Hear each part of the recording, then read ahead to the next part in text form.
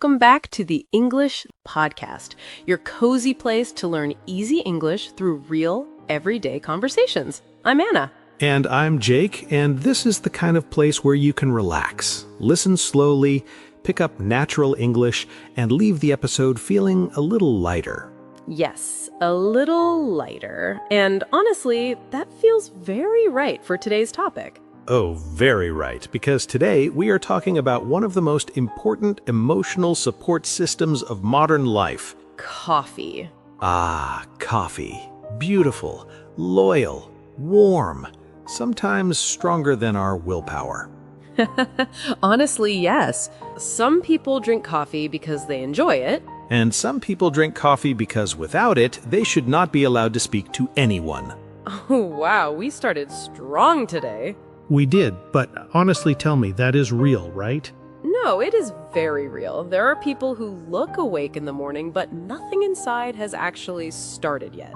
Exactly. The body is there, the face is there, but the soul still buffering. Yes, still buffering is the perfect phrase. So today's episode is all about this question. Why do we love coffee so much? Because when you really think about it, coffee is not just a drink, right? Right. It is a routine, a comfort, a little pause, a survival tool, a social plan, a personality trait for some people.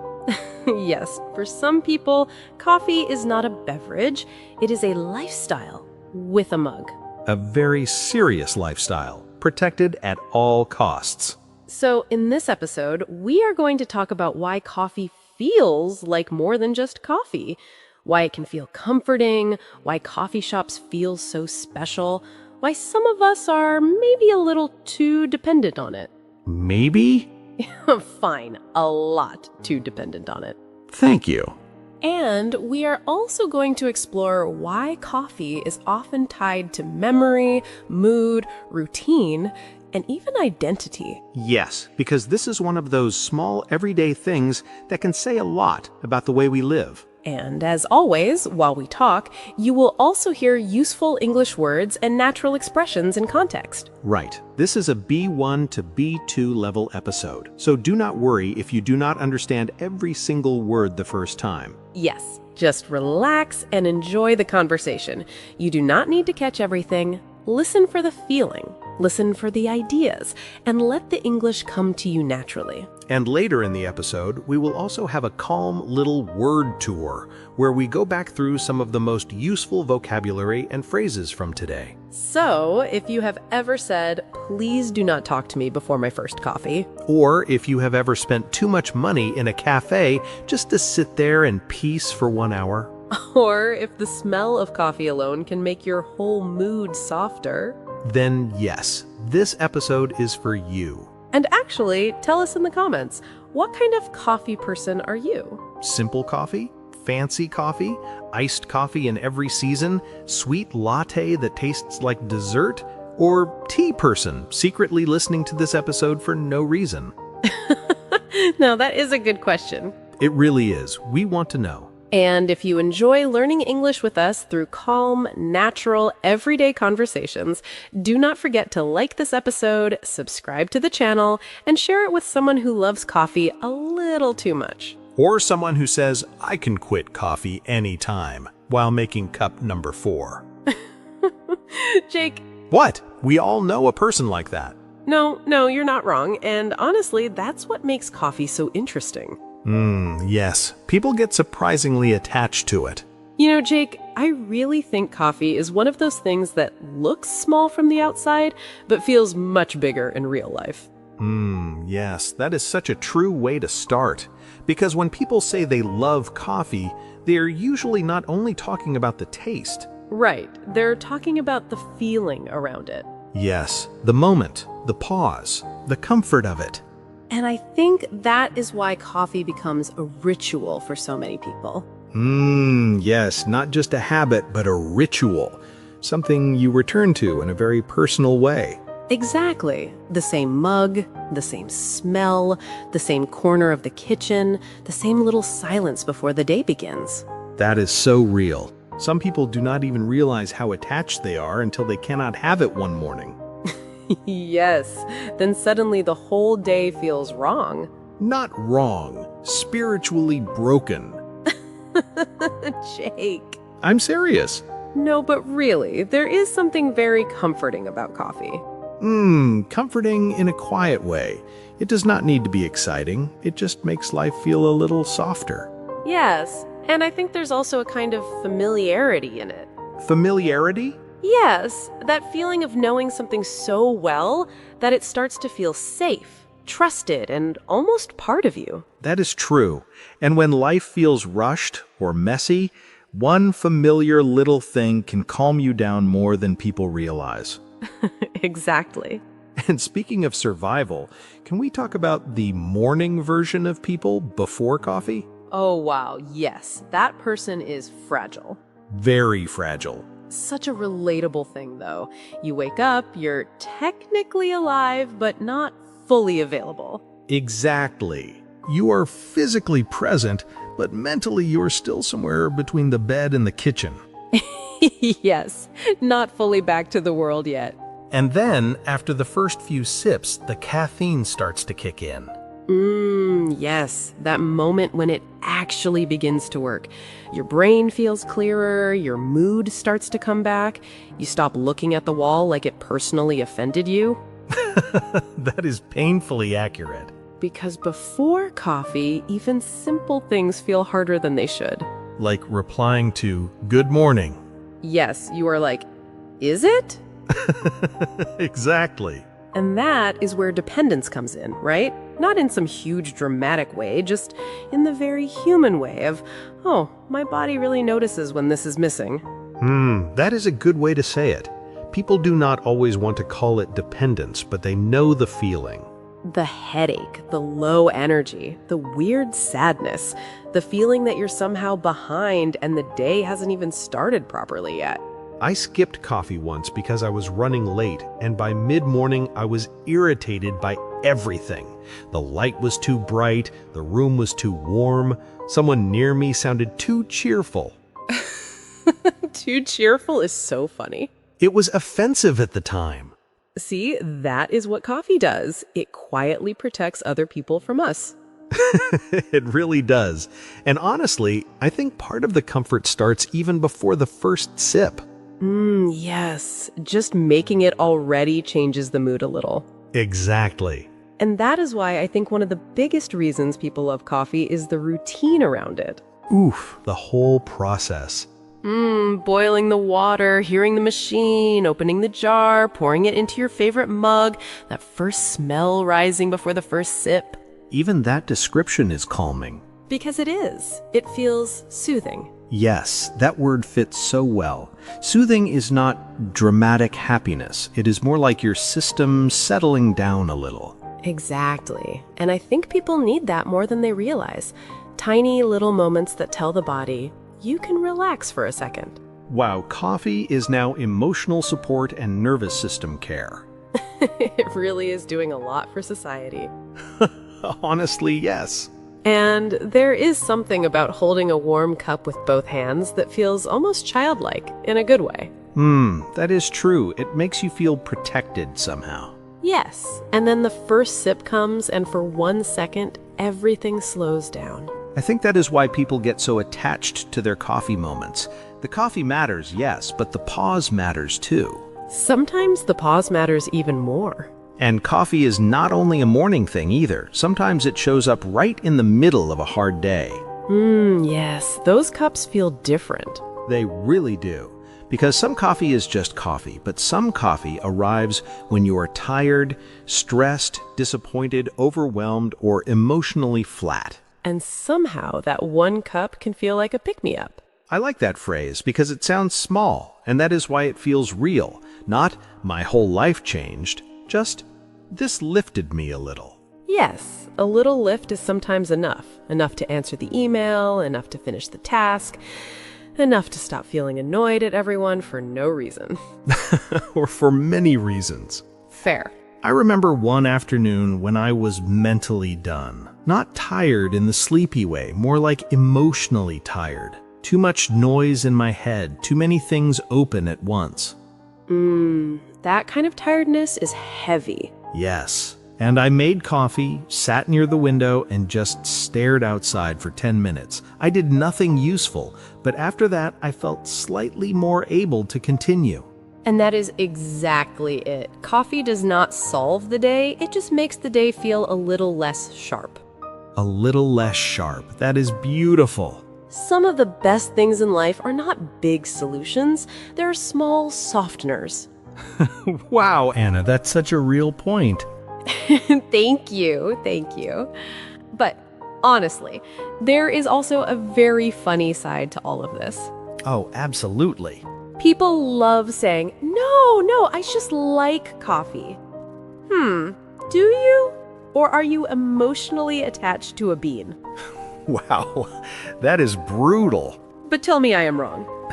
I mean, you are not wrong. Have you ever seriously tried to cut back on coffee? Yes, a beautiful idea, very peaceful in theory. Exactly. Even the phrase sounds calm, doesn't it? Cut back on coffee. So simple, so mature, so unrealistic. Yes, and then day 2 comes and suddenly you're looking at your coffee maker like, please don't make me do this. That is so real. No, but honestly, people underestimate that part. It can feel weirdly emotional because when you try to drink less coffee, you are not only giving up caffeine. Right, you're interrupting a routine. Exactly. A routine, a comfort, a familiar mood, sometimes even a little part of your identity. Yes, that is why it can feel strangely personal. It sounds small, but it does not feel small. And wow, people become dramatic without it. Oh, incredibly dramatic. We all know a person like that. We do. The one who keeps saying, no, I'm fine, while blinking slowly and talking like every sentence is taking their last bit of strength. Stop, that is too accurate. You know I'm right. You are, and honestly, that is part of why this topic is so lovable. It's funny, a little emotional, and just painfully real. And then there's the coffee shop side of all this. Yes. Because coffee at home is one feeling, but coffee in a cafe is a whole different world. It really is. A good coffee shop can feel like a tiny, safe world inside a noisy day. I love that. The music is low, cups are clinking, people are talking but softly. Someone is reading, someone is pretending to work. Someone is absolutely having a life crisis next to a pastry. That last one felt very specific. Because cafes hold all kinds of people. They really do, and sometimes the whole atmosphere just hits the spot. Yes, that phrase is perfect here. When something hits the spot, it feels exactly right in that moment. Like your mood says, yes, this is what I needed. And sometimes it's not even the coffee itself, it's the window seat, the rain outside, the quiet noise, the feeling that nobody is asking anything from you for 20 minutes. Yes, a coffee shop can be one of the few places where you are allowed to be quiet, tired, thoughtful, or a little lost, and nobody asks you to explain it. Wow, that is so true. You can sit there alone and still feel held by life somehow. Alone but not isolated. Exactly. Also, the dreams people bring into coffee shops are very ambitious. What do you mean? You walk in thinking, today I will become organized, answer emails, reflect deeply, maybe even change my life. And then? Then I drink half the coffee, look out the window for 30 minutes, and decide I have had a meaningful day. Honestly, that still counts. It does. And maybe that is part of the magic too. Sometimes coffee is not really about productivity at all. Yes. Sometimes it is just about how a moment feels. Exactly. The drink matters, of course, but the feeling around it matters even more. You know, I think this is where the real answer lives. Maybe people do love coffee, yes, but maybe what they really love is the feeling coffee gives them. Yes, the warmth, the pause, the familiarity, the comfort, the tiny lift, the little permission to stop. And the memories, too. Coffee can feel very nostalgic sometimes. Yes. One smell and suddenly you are back somewhere else. Childhood mornings, parents in the kitchen, late night studying, your first office job, a certain cafe, a certain person. That is true. And sometimes it feels sentimental too, not just memory, but memory with emotion still wrapped around it. Yes, like it still means something inside you. Exactly. And that's why coffee can feel bigger than coffee. It carries routine, emotion, memory, comfort, connection, all in one simple little cup. That is beautiful. I think some of the most loved things in life are like that. Small on the outside, quiet, ordinary, but full of feeling once you really look at them. Yes, and coffee is one of them. So maybe it was never just about the drink. Maybe it was always about the moment wrapped around it. The routine, the comforting pause, the pick-me-up, the safe cafe, the familiar smell, the memory. And that first sip when life feels loud, and for one tiny second, everything settles. Yes, that. And I think that is why this topic gave us so many lovely words today. Yes. Because coffee is such a small, everyday thing, but the feelings around it are actually rich and very human. Exactly. So before we end, let's slow down for a moment and take a little word tour through some of the words and phrases we used in today's conversation. Yes, and these are not only coffee words. They are beautiful, everyday English words, too. Words for comfort, routine, memory, and those small moments that stay with us. So let's begin with a word that fits this episode perfectly: ritual. A ritual is something you do regularly in a meaningful or personal way, not just because you have to, but because it gives shape and feeling to a moment. For example, making coffee every morning became a quiet ritual she looked forward to. Or, his evening walk is a small ritual that helps him slow down after work. Repeat, ritual. Ritual. Next, a very gentle word from this episode: comforting. If something is comforting, it makes you feel calmer, safer, or more at ease. For example, the smell of coffee in the kitchen felt deeply comforting. Or, there was something comforting about sitting by the window with a warm drink. Repeat, comforting. Comforting. Now, another emotional word: sentimental. If something feels sentimental, it carries personal emotion or memory. It matters to you in a deep emotional way. For example, that old cafe still feels sentimental to her because she used to go there with her father. Or, he kept the mug for sentimental reasons, even though it was chipped. Repeat, sentimental. Sentimental. Next is a really useful word: familiarity. Familiarity is the feeling of knowing something well, so it feels known, trusted, and comfortable. For example, there was a sense of familiarity in her morning routine. Or, the familiarity of that cafe made him feel relaxed right away. Repeat, familiarity. Familiarity.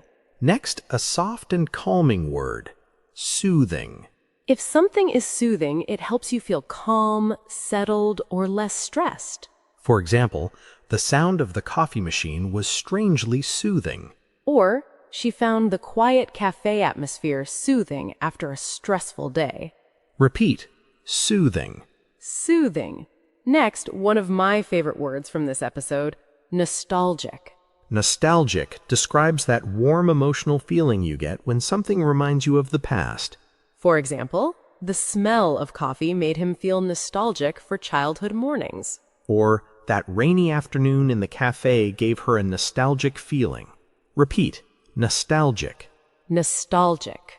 Now let's look at a more serious word: dependence. Dependence means relying on something so much that you really feel its absence when it is not there. For example, his dependence on coffee became obvious when he skipped it and got a headache. Or, a small dependence can start as a habit and grow over time. Repeat, dependence. Dependence. Now let's move to a phrasal verb we used: kick in. When something kicks in, its effect starts to happen or become noticeable. For example, the caffeine usually kicks in about 20 minutes later. Or once the medicine kicked in, he felt much better. Repeat, kick in. Kick in. Next, another useful phrasal verb, cut back on. To cut back on something means to reduce it, to have less of it than before. For example, she is trying to cut back on coffee in the evenings. Or he decided to cut back on sugar after feeling tired all the time. Repeat, cut back on. Cut back on. Next, a lovely everyday phrase, a pick-me-up. A pick-me-up is something small that gives you more energy, improves your mood, or helps you feel a little better. For example, that afternoon coffee was exactly the pick-me-up I needed. Or a short walk in the fresh air can be a great pick-me-up. Repeat, a pick-me-up. A pick-me-up. And finally, a phrase that feels perfect for coffee, hit the spot. If something hits the spot, it feels exactly right for that moment. It gives you exactly what you needed. For example, that warm coffee really hit the spot on a cold morning. Or, after a long day, a quiet cafe and a soft drink just hit the spot. Repeat, hit the spot. Hit the spot. Those were such lovely words today. They really were, and I think that is because coffee is one of those small daily things that quietly carries so much feeling. Yes, comfort, routine, memory, mood, and sometimes just a little help getting through the day. So as you go through your week, maybe notice your own little rituals, the familiar things that bring calm, comfort, or a moment to breathe. And if coffee is one of those things for you, we completely understand. We really do. And if you enjoyed spending this little coffee moment with us, don't forget to like the episode, subscribe to the channel, and share it with someone who would absolutely agree that coffee is never just coffee. And tell us in the comments, what does coffee mean to you? Is it comfort, energy, routine, memory, or just your favorite excuse to sit quietly for a while? Honestly, all very valid answers. All right, take care of yourselves this week, and we hope you find a few small, comforting moments in your days. This is Anna. And this is Jake. And you have been listening to the English Leap podcast. Bye! Your progress doesn't end here. To continue advancing your English skills, click on the next video or explore the additional videos we've thoughtfully selected for you.